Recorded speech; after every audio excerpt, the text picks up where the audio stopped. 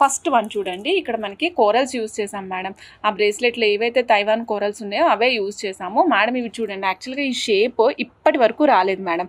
ఇప్పటి వరకు మనకి షేప్ అసలు లేదు. లాంగ్ గ్రెయిన్స్ లాగా అలాంటి షేప్ చూసాం, పొడుగ్గా చూసాం, కానీ ఇలా మనకి లైక్ క్యూబికల్ షేప్ లాగా ఉండేటువంటిది మనం చూడలేదు. దీనికి ఫస్ట్ నుంచి మేము సిల్వర్ క్యాప్స్ అటాచ్ చేసుకుంటూ వచ్చేసాం మేడం.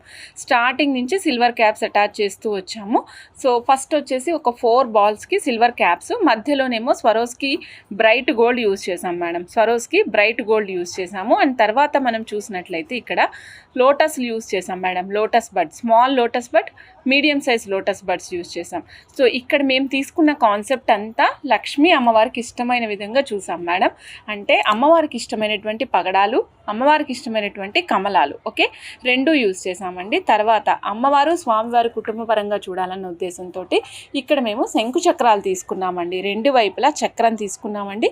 తర్వాత మళ్ళీ కోరలతో సపరేట్ చేసుకుంటూ వచ్చాము. తర్వాత స్వామి ఇరువైపులా స్వామిని తీసుకున్నాం, కింద శంకు, ఓకే, శంకు చక్రాలు కూడా తీసుకున్నామండి. ఇక్కడ మధ్యలోనేమో ఒక నక్షి బాల్ యూజ్ చేసామండి. ఇది కూడా కొంచెం శంకు ఫార్మాట్లోనే ఉంటుంది, బట్ మధ్యలో ప్లేస్ చేసామండి. ఇది కంప్లీట్గా ఈ సెట్ అంతా వచ్చేసరికి మనకి 19 ఇంచెస్ లెంగ్త్ వచ్చిందండి. 19 ఇంచుల లెంగ్త్ వచ్చింది. కాస్ట్ వచ్చేసి 4540 రూపీస్. నచ్చిన వాళ్ళు చెక్ చేసుకుని ఆర్డర్ ప్లేస్ చేసుకోవచ్చు.